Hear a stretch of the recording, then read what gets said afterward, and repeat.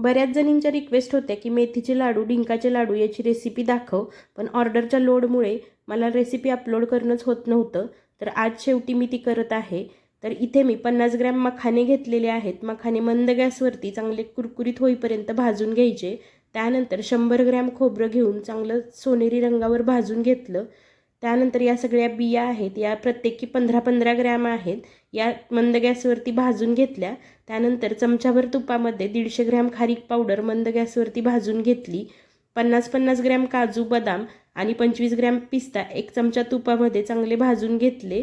त्यानंतर इथेच मी डिंकसुद्धा तळून घेते, पण कस्टमरला यामध्ये डिंक नको होता त्यामुळे मी घातला नाही. 100 ग्रॅम डिंक चांगला कुरकुरीत होईपर्यंत तुपामध्ये तळून घ्यायचा. उरलेल्या तुपामध्ये 100 ग्रॅम गव्हाचं पीठ चांगलं मंद गॅसवरती 7-8 मिनिट मस्त खमंग वास येईपर्यंत भाजून घ्यायचं. भाजून घेतलेले हे जिन्नस थंड करायचे आणि मिक्सरमधून बारीक करून घ्यायचे. 50 ग्रॅम मेथी घेऊन चांगली भाजून घेतली आणि त्यानंतर मिक्सरमधून त्याची पूड करून घेतली. त्यानंतर त्यामध्ये 50 ग्रॅम तूप घातले आणि 2 दिवस हे असंच ठेवलं. मेथी तुपामध्ये चांगली मुरली जाते.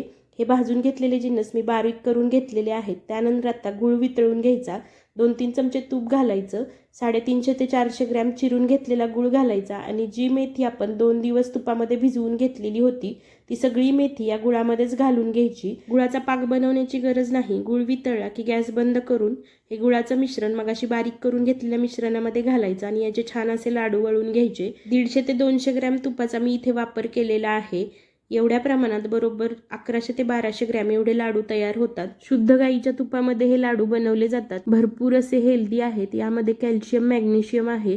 त्यामुळे तुमचे गुडघेदुखी, कंबरदुखी किंवा सांधेदुखी असेल तर यावरती खरंच चांगला उपाय आहे. तुम्ही घरी बनवा किंवा मला ऑर्डर करा. काहींना डिंक नको असतो तर काहींना मेथी नको असते, तर काहींना अळीव घालून लाडू हवे असतात. जसे हवे तसे मी कस्टमाइज लाडू बनवून देते.